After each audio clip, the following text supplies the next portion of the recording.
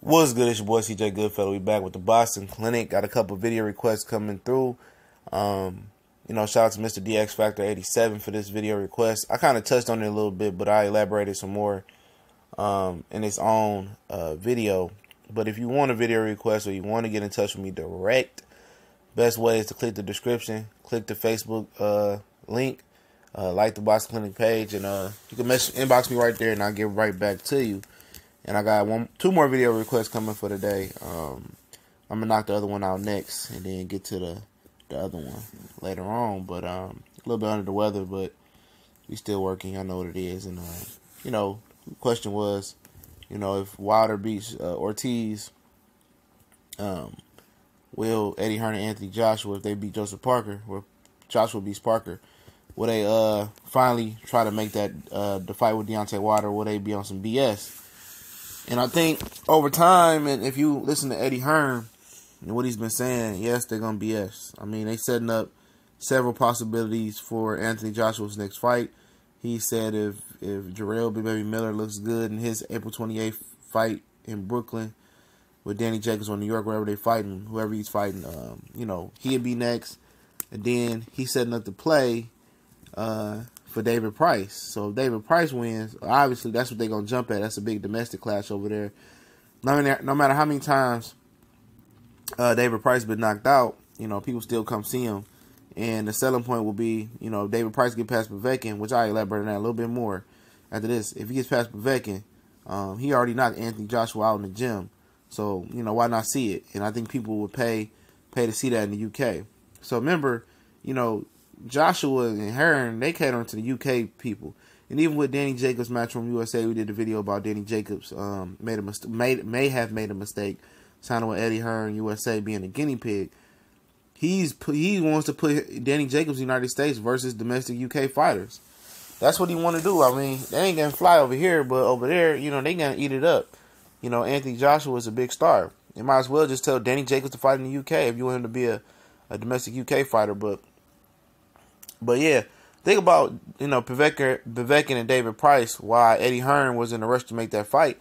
Is because, like I told you guys, that Russian coach, said that, Alexander Povetkin, after the PEDs and the Meladonium and the other thing he got popped for, he ain't punching the same. He ain't looking the same. He looking weak.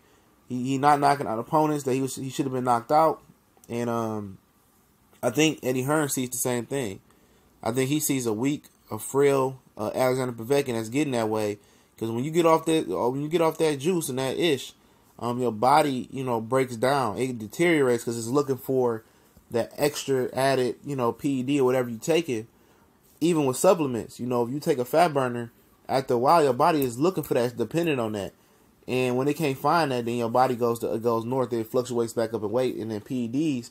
Your bones get frail, your body get weak, that power is gone. It's even worse than when you first start taking it, because the body was so reliant and dependent on it that, now I can't find it. Now it's weakening. It's weakening. So I think that's what they see, man. I kept that close to the vest, and I was going to talk about that a little bit more when they got closer to the fight, but that's why Eddie Hearn is picking David Price and offering that fight, because one thing David Price can punch, and if Povetkin body is deteriorating and getting weak, and he's about 36 years old anyway, and he really was taking that junk, and he was relying on the junk on the PEDs, his body gonna get weaker, and they see his performances. His performances is dropping off. He ain't the same guy that he was when he fought Vladimir Klitschko and the other guys when he was doing his thing. So that's why you see in that David Price and that Povetkin fight being made.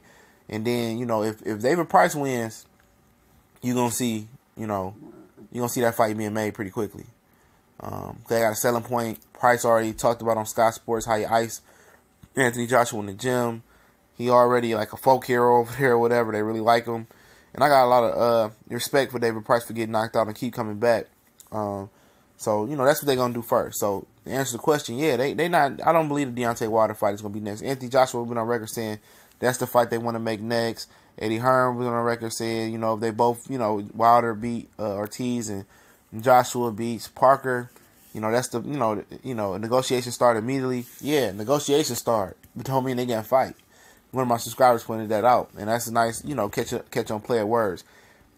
I believe that the fight won't happen this year. Like Anthony Joshua told you, 2019, 2020, he ain't worried about it. They already setting the plays up for his next few fights.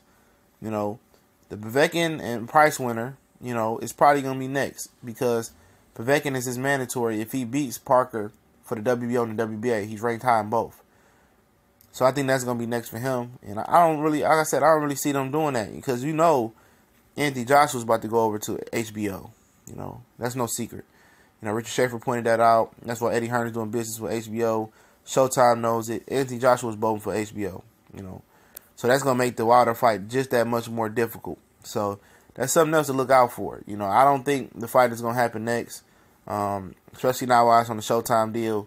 So at the end of the day, you know, no, I don't think it's gonna happen. And then I think they're gonna prolong this. I think after the Price and Povetkin, whoever wins that. Then I think they're going to fight Big Baby Miller. And then, you know, it'll be a new mandatory. I think I'm prolonging this thing. And I'm really on the side of this fight may not happen. Unless Deontay Wilder takes significantly less money and, you know, basically keeps begging. Because no matter how much junk he talks, nobody in America cares about the heavyweight boxing right now. So it don't matter what he talks. And most of the American, you know, fight fans are on Anthony Joshua's side. They don't like Deontay Wilder. So no matter how much junk he talks, UK fans don't care. They love Anthony Joshua, and the American fans don't get behind Deontay Wilder. So it don't matter. All that calling out and chastising he doing Anthony Joshua, it's not hurting him. Anthony Joshua came out himself and said he not ready. And he been sounding mentally weak and sounding like a punk for a long time now, and nobody cares about it. You know, people still just turn around and say Wilder a bum, and they support Anthony Joshua in America and UK. So, like I said, it ain't gonna happen next, in my opinion. But we go on to the next.